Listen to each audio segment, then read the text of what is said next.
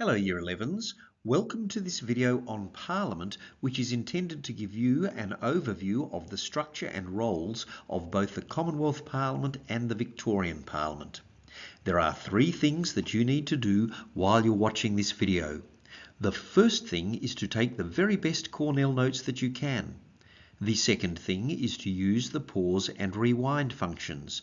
Use the pause function if you need to stop this video to give yourself time to take some notes. Use the rewind function if you feel that you've missed out on any information and you want to go back over that information. The third thing that you need to do is have your vocabulary sheets open in front of you so that you can write into your vocabulary sheets the definitions of any important terms referred to in this video, or the meaning of any other words that you may not be familiar with. When you've finished watching this video, please make sure that you read the pages from the textbook referred to on this slide. And if you find any additional information that you think is useful, then include that information in your Cornell notes.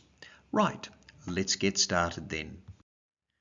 These are your learning intentions. Make sure that you write these learning intentions in your Cornell notes. The first learning intention is that you need to be able to describe the structure of the Commonwealth Parliament and the Victorian Parliament. The second learning intention is that you need to be able to describe the roles of the two houses in the Commonwealth Parliament and the Victorian Parliament. There are two levels of Parliament in Australia. The Commonwealth Parliament is Australia's national parliament. It makes laws for the whole of Australia. The Commonwealth Parliament is located in Canberra, which is the capital of Australia. However, you should also know that Australia is divided into 6 states and 2 territories. The 6 states are Victoria, New South Wales, Queensland, South Australia, Western Australia and Tasmania. The 2 territories are the Australian Capital Territory, or the ACT, which is where Canberra is located, and the Northern Territory. Each state and territory has their own parliament which makes laws for that state or territory. So, for example, in Victoria we have the Victorian Parliament which makes laws for Victoria. We'll start off by looking at the Commonwealth Parliament. The Commonwealth Parliament consists of the Crown, the House of Representatives, which is the lower house in the Commonwealth Parliament, and the Senate, which is the upper house in the Commonwealth Parliament.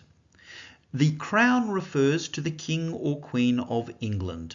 The King or Queen of England is Australia's head of state. Currently, our head of state is King Charles III. Now, King Charles lives in England, but he has a representative in Australia. That representative at the federal or Commonwealth level is the Governor-General. Our current Governor-General is Samantha Mostyn. In addition to the Crown, the Commonwealth Parliament consists of 2 houses. These are the House of Representatives and the Senate. As I've said, the House of Representatives is the lower house in the Commonwealth Parliament, and the Senate is the upper house in the Commonwealth Parliament. Now, just because the House of Representatives is the lower house and the Senate is the upper house doesn't mean that the Senate in some way controls the House of Representatives, or that the House of Representatives is less powerful or less important than the Senate. On the contrary, to pass a law, both the House of Representatives and the Senate must vote in favour of that law. So, in this sense at least, these 2 houses of Parliament are equally powerful. The House of Representatives, that is, the lower house in the Commonwealth Parliament, has 150 members. This is because Australia is divided into 150 electorates or districts, and the voters in each electorate elect 1 member of the House of Representatives to represent that electorate.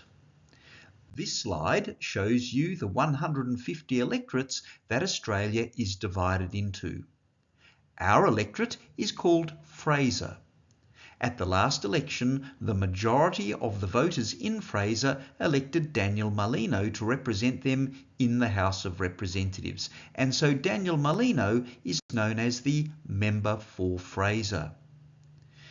The House of Representatives is sometimes called the People's House. This is because each member of the House of Representatives is directly elected by the voters who live in the area that the member represents. Look down the left-hand side of your vocabulary sheet, find the term People's House and write this definition in there. On the other hand, the Senate has 76 members. As I've said, Australia consists of 6 states and 2 territories. This slide shows you Australia divided into its 6 states and 2 territories. The voters in each state elect 12 senators for that state. The voters in each territory elect 2 senators for that territory. Because there are 6 states, this means that there are 6 times 12, that is 72 senators elected for the states. Because there are 2 territories, this means that there are 2 times 2, that is 4 senators elected for the territories. The Senate is sometimes called the States House. This is because each state is represented in the Senate by an equal number of senators, that is 12 senators. This is different from the House of Representatives. The more populous states, such as Victoria and New South Wales, have a larger number of electorates, and that's because electorates are constructed so that they contain roughly equal numbers of voters. Because Victoria and New South Wales have much larger numbers of voters, they have more electorates. As a consequence, there is a greater number of members of the House of Representatives from, say, Victoria than from, say, South Australia. When our parliamentary system was set up, the less populous states, such as South Australia, were concerned that the more populous states, such as Victoria, would be able to control the Commonwealth Parliament. The purpose of establishing the Senate was to establish a House of Parliament that was controlled equally by all of the states. So, even if the House of Representatives passed legislation that was supported by the more populous states and opposed by the less populous states, that legislation could still be rejected in the Senate, where each state has an equal number of votes, because each state is represented by 12 senators. Look down the left-hand side of your vocabulary sheet, find the term States House and write this definition in there. Elections for the House of Representatives are held at least every 3 years. However, it's a different situation in the Senate. In the case of the Senate, there is a half Senate election every 3 years. This means that every 3 years, half of the Senate, that is 38 senators, are up for election. But once a senator has been elected, that senator serves a 6-year term. So, for example, in 2022, 38 out of the 76 senators faced an election. Those senators who were elected in 2022 serve a 6-year term, and so they will face an election in 2028. But in the recent 2025 election, the remaining 38 senators faced an election. Those senators who were elected in 2025 also serve a 6-year term, and so they will face their next election in 2031. Well, that's enough about the Commonwealth Parliament for the time being. Let's now look at the structure of the Victorian Parliament. The Victorian Parliament consists of the Crown, the Legislative Assembly, which is the lower house in the Victorian Parliament, and the Legislative Council, which is the upper house in the Victorian Parliament. Yet again, the Crown refers to the King or Queen of England. The King or Queen of England is Victoria's head of state. Currently, Victoria's head of state is therefore King Charles III.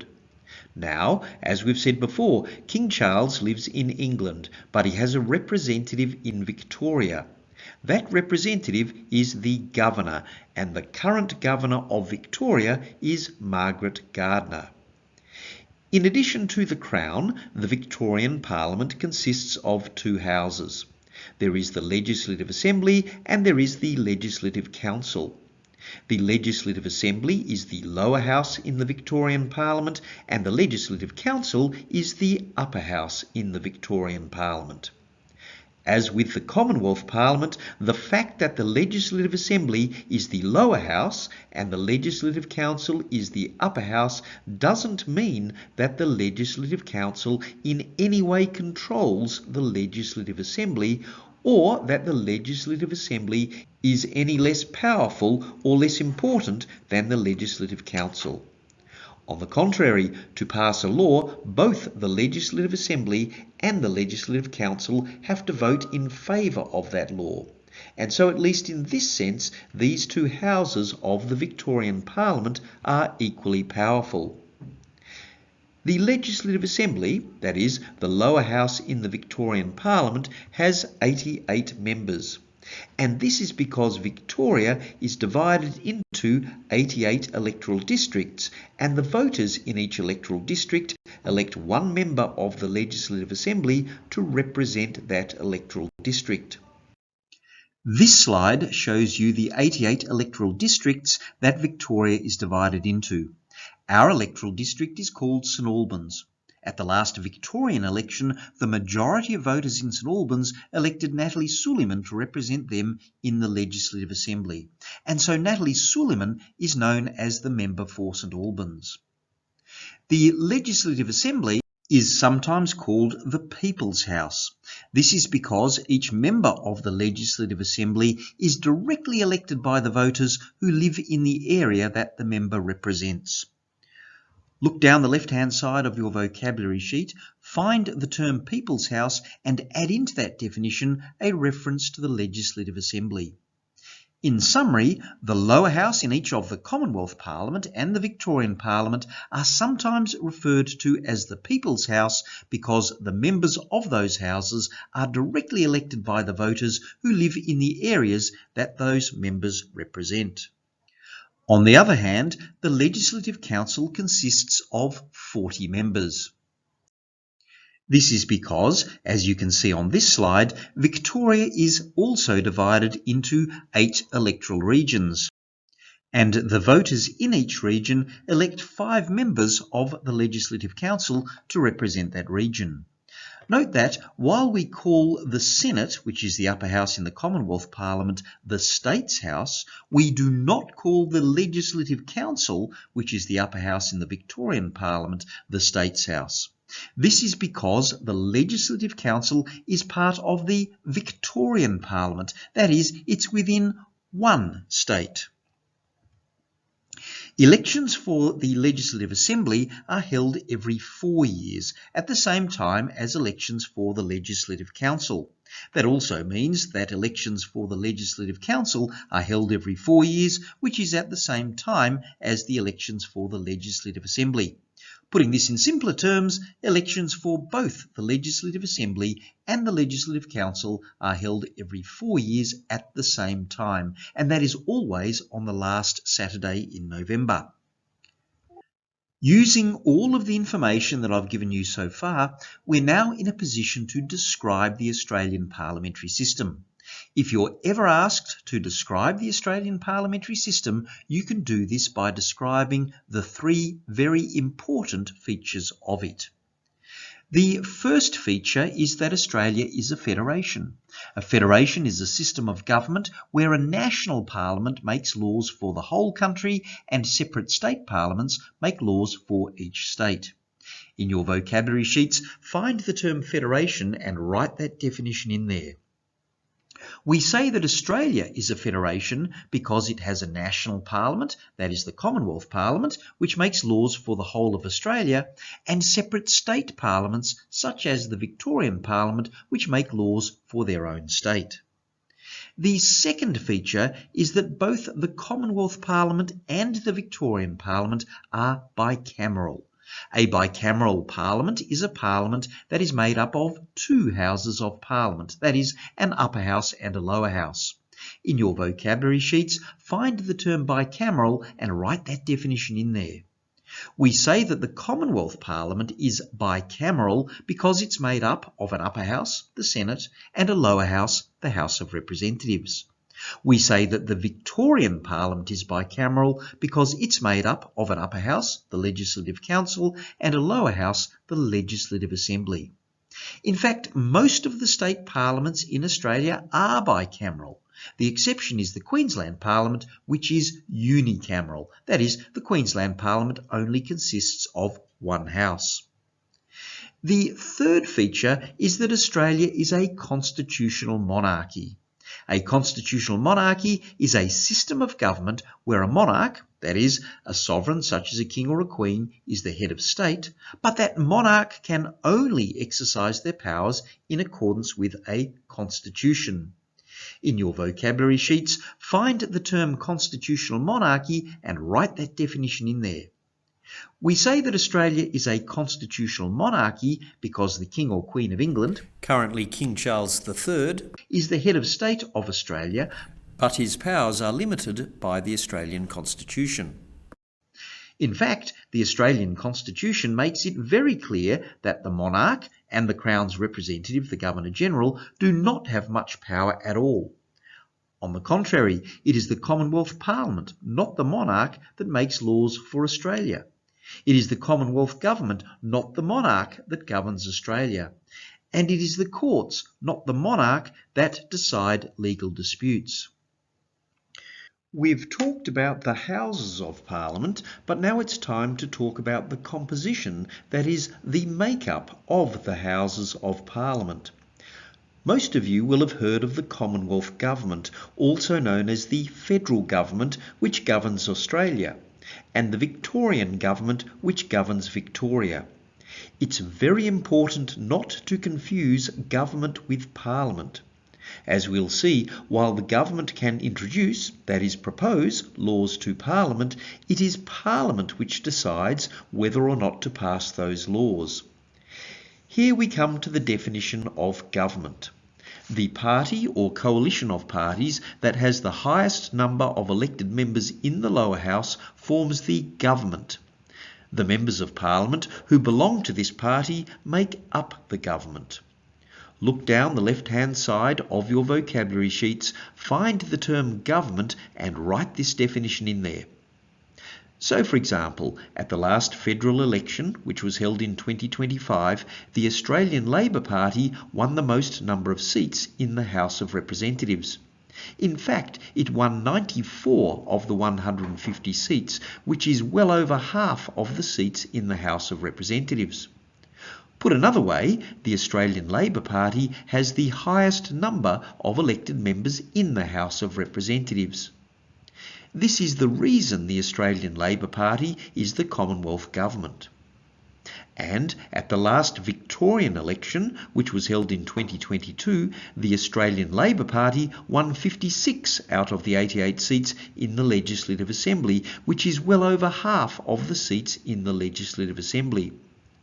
Put another way, the Australian Labor Party has the highest number of elected members in the Legislative Assembly. And this is the reason the Australian Labor Party is the Victorian Government. The leader of the Commonwealth Government is called the Prime Minister.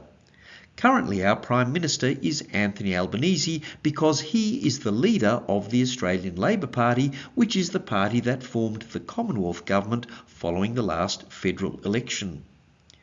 The leader of a state government is called a Premier. Currently, the Premier of Victoria is Jacinta Allan because she is the leader of the Victorian branch of the Australian Labor Party, which is the party that formed the Victorian government following the last Victorian election. Now, the Prime Minister can't govern Australia all alone, and the Victorian Premier can't govern Victoria all alone. These jobs are too big for just one person. So both the Prime Minister and the Premier appoint other members of the government to help them. These people are called ministers. A minister is a member of Parliament and of the government who is appointed by the leader of the government to administer a government department. So, the Prime Minister has appointed ministers to help the Prime Minister govern Australia, such as the Federal Treasurer, the Federal Education Minister and the Federal Health Minister. And the Victorian Premier has appointed ministers to help the Premier govern Victoria, such as the Victorian Treasurer, the Victorian Education Minister and the Victorian Health Minister. These ministers can be members of either the lower house or the upper house of the relevant Parliament. The important thing is that they are members of the party that won the highest number of seats in the lower house. Now, some ministers are more important than others because they're given greater responsibilities. One of the most important ministers in the federal government, besides the Prime Minister, is the Federal Treasurer. And one of the most important ministers in the Victorian government, besides the Premier, is the Victorian Treasurer. The job of the Federal Treasurer is to look after Australia's money, and the job of the Victorian Treasurer is to look after Victoria's money. The Prime Minister and his or her more senior ministers make up the Federal Cabinet, which is the group of people that decides the Commonwealth Government's policies. The Premier and his or her more senior ministers make up the Victorian Cabinet, which is the group of people that decides the Victorian Government's policies. There are other members of the Commonwealth Government who have been elected to the Commonwealth Parliament but have not been made ministers.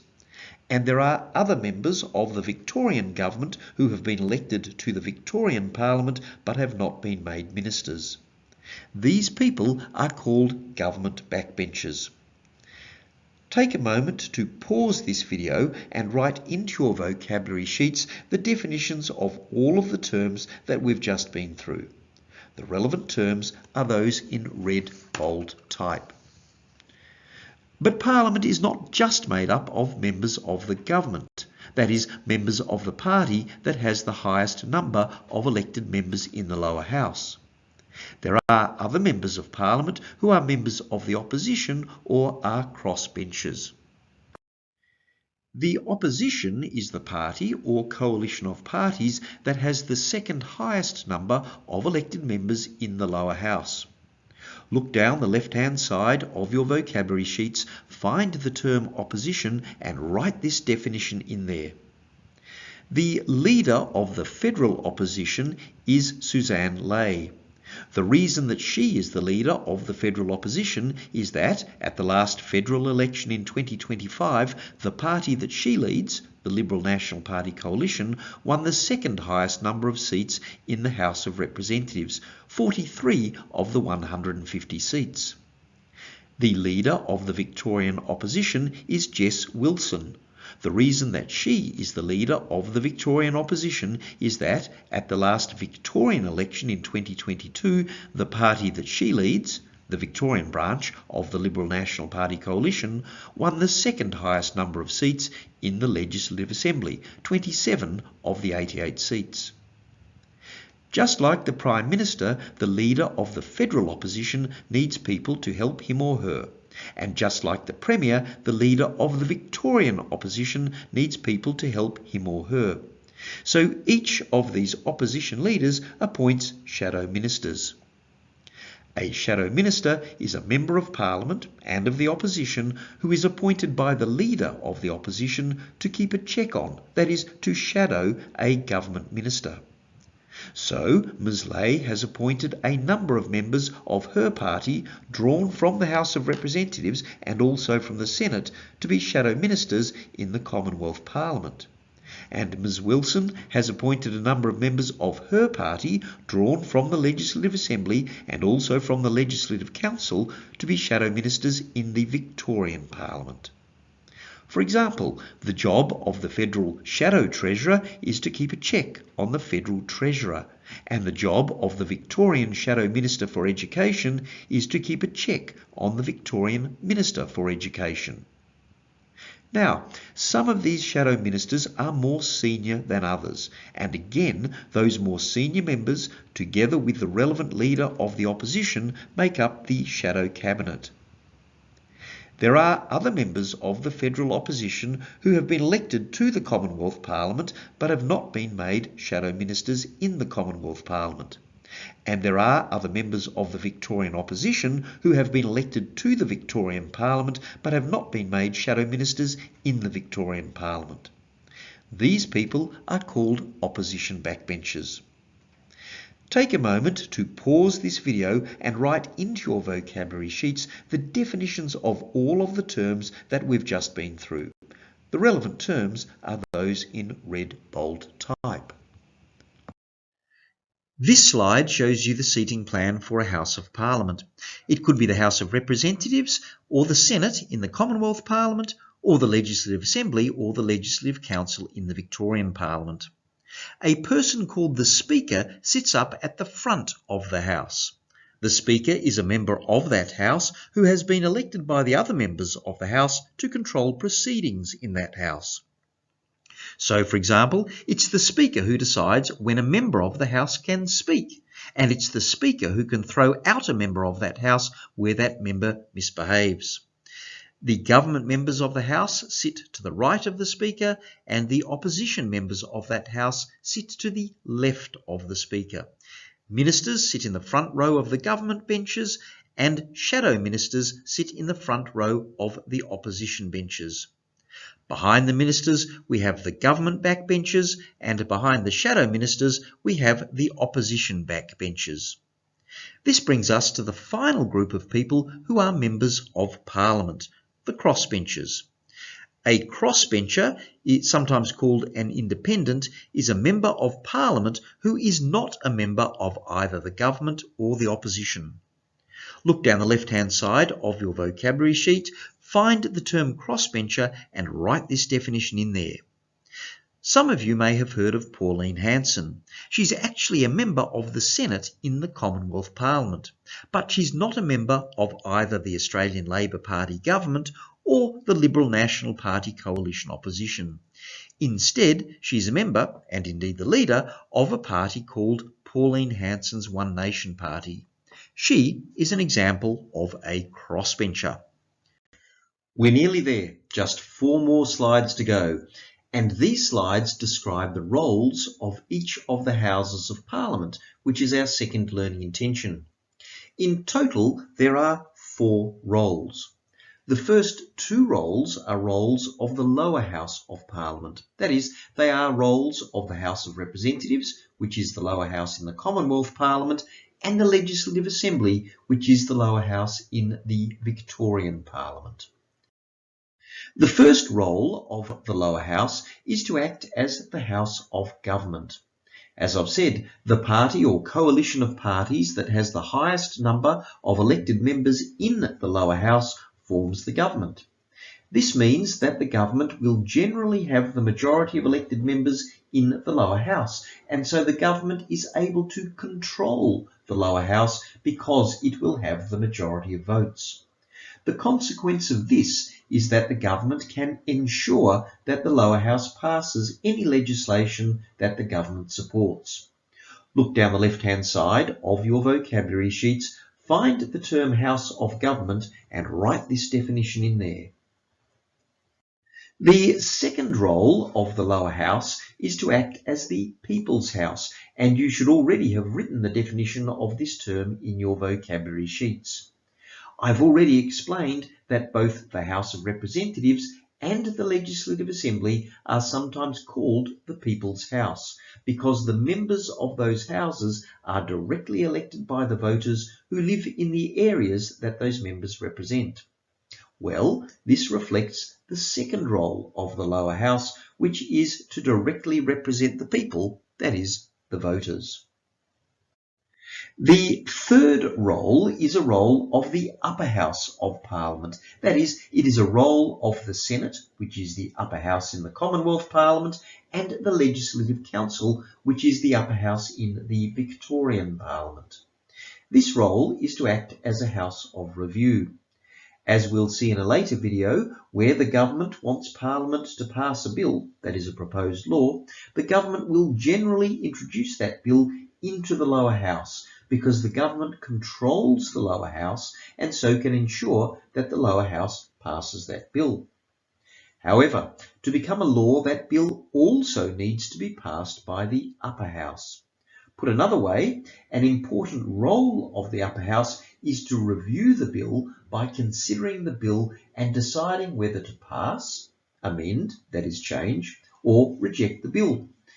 The reason the upper house is able to effectively perform its role as a house of review is that the government will generally not control the upper house. This is because the system of voting that is used to elect the upper house, which is called proportional voting, is different from the system of voting that is used to elect the lower house, which is called direct voting. Proportional voting results in more minor parties being elected to the upper house, and so the composition of the upper house does not simply replicate the composition of the lower house. The good thing about the government not controlling the upper house is that the government cannot just use its votes in the upper house to ensure that the upper house passes bills that the government wants Parliament to pass. Instead, the government will also need to persuade other members of the upper house, such as members of the opposition and crossbenchers, to vote for the bill, and presumably they will only vote for the bill if, after having carefully reviewed the bill, they are satisfied that the bill should be passed. Alternatively, they might only agree to vote for the bill if the government agrees to make amendments that improve the operation of the bill. But if the government cannot persuade enough other members of the upper house to vote in favour of the bill, the upper house will vote against the bill. That is, it will reject the bill. So you can see that it is in this way that the upper house performs its role as a house of review. Look down the left-hand side of your vocabulary sheets, find the term House of Review and write this definition in there. The fourth and final role is a role of the Senate. This is the role of acting as the State's House, and you should already have written the definition of this term in your vocabulary sheets. As I've already explained, the Senate is sometimes called the State's House because each state is represented in the Senate by an equal number of senators, that is, 12 senators. Well, that brings us to the end of this video. You should now be able to do two things. The first thing is that you should be able to describe the structure of the Commonwealth Parliament and the Victorian Parliament. The second thing is that you should be able to describe the roles of the two houses in the Commonwealth Parliament and the Victorian Parliament. Please remember to read the pages of the textbook which are set out on the first slide. And if you find any additional information from that reading that you think is useful, supplement your Cornell notes with that information. Thank you for your attention.